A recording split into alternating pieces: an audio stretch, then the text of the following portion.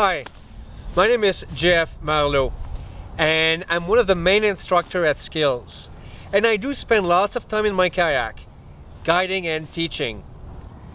And one thing that makes my life much better and safer, it's a lap bag. This is a lap bag. It's like a purse for kayakers. Yes, I carry a purse. A lap bag is a waterproof sack small enough to be comfortably carried in a kayaker's lap or between their thighs. It's the perfect place to stash anything that needs to stay relatively dry, but that you still want to have easy access to. Communication devices, such as radios and cell phones, sunglasses, lip balm, sunscreen, a small repair kit, snacks, or a camera are all natural candidates. A prerequisite is that the bag has a really good watertight seal that will keep any water from gaining entry and soaking the contents.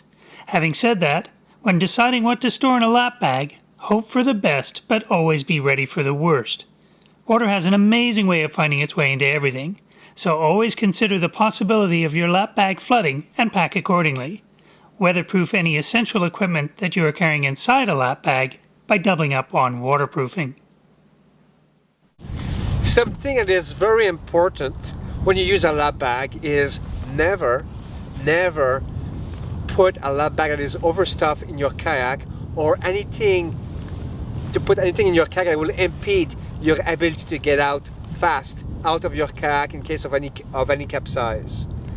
For example, if I put that overstuffed dry bag in my kayak, and if I want to get out while upside down, that would be a big challenge, and I might get stuck in my kayak and then be able to do it. While if I use a smaller dry bag, in and out, it's a piece of cake. As well, a lap bag is not just a purse for kayakers. It's also a safety device. And at SKILS, we have developed lots of new and innovative rescue techniques that involve a lap bag.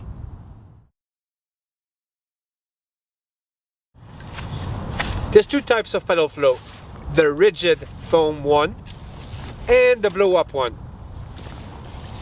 And we'll be using our lap bag instead of these conventional paddle floats for three reasons. You should use your lap bag if your paddle float is defective, you forgot your paddle float at home, or you lost at sea your paddle float. Upon wet exiting, the paddler must retain control of his lap bag, his paddle, and the kayak. By clipping his pigtail into the kayak's perimeter lines, he tethers the boat to him. Next, he securely straps the lap bag to one blade of his paddle.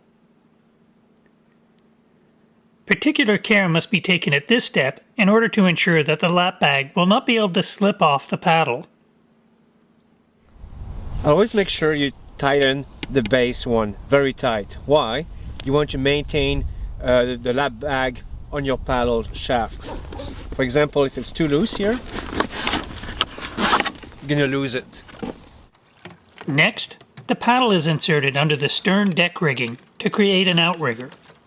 With a powerful kick, the swimmer propels himself up onto the deck facing the stern. Staying low, he slides his feet into the cockpit and then corkscrews into the seat. Always keep your body low and lean towards the paddle float. Once back in the seat, the paddler gets his spray deck back on. Popping an edge of his spray deck, he slides his bilge pump into the bottom of the boat and pumps out the flooded cockpit. The advantage of the lap bag paddle float rescue is that it is simple and efficient. However, the downside is a possible lack of buoyancy versus traditional paddle float. The buoyancy of your lap bag will depend on the size of your lap bag and the contents in it.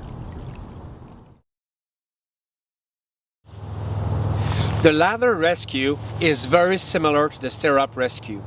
Usually for the stirrup rescue we use a climbing rope or a piece of webbing. When you use a lap bag, the carry handle will become where you stepped in. And also, if you have a tow line or a pigtail, you can attach it to your lap bag so you don't lose it. With his lap bag tethered to him, the swimmer places a foot into the bag's strap handles. By harnessing the buoyancy of his lap bag, the swimmer is able to benefit from a helpful step up to more easily get atop his boat and then back in the cockpit. A stirrup or float bag can be combined with a wide variety of assisted or solo rescues and is ideal whenever a swimmer is struggling to climb back atop their kayak.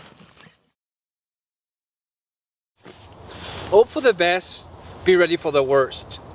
The counterweight technique is a last resort option because you'll have to flood your lap bag. Consequently, you might compromise the contents in it. So always keep your content in waterproof containers. Rigged as an outrigger, the flooded lap bag serves as a counterweight, dramatically increasing the stability of the kayak when a swimmer remounts from the opposite side. A small amount of air should be left in the bag so that it retains enough buoyancy to prevent it from sinking completely. Again, this is a last resort option. It's a tool in the toolbox and you can use it when the other options have failed. This lap bag rescue is my favorite rescue. It's extremely quick and easy. This technique depends on a working knowledge of how to perform a roll, but benefits from the advantage of increased buoyancy from your lap bag. The swimmer re-enters the capsized kayak and uses the buoyancy of his lap bag for support while he rolls the boat back upright. When re-entering, the swimmer must get his feet on the pedals, his legs under the thigh hooks, and his butt into the seat in order to transfer the power of his hip snap and roll the boat. I just love that rescue. About managing your paddle. You can put a paddle underneath your bungees, or you can hold it with one hand, or if you have a pigtail, you can use it to clip on your paddle so your hand is free.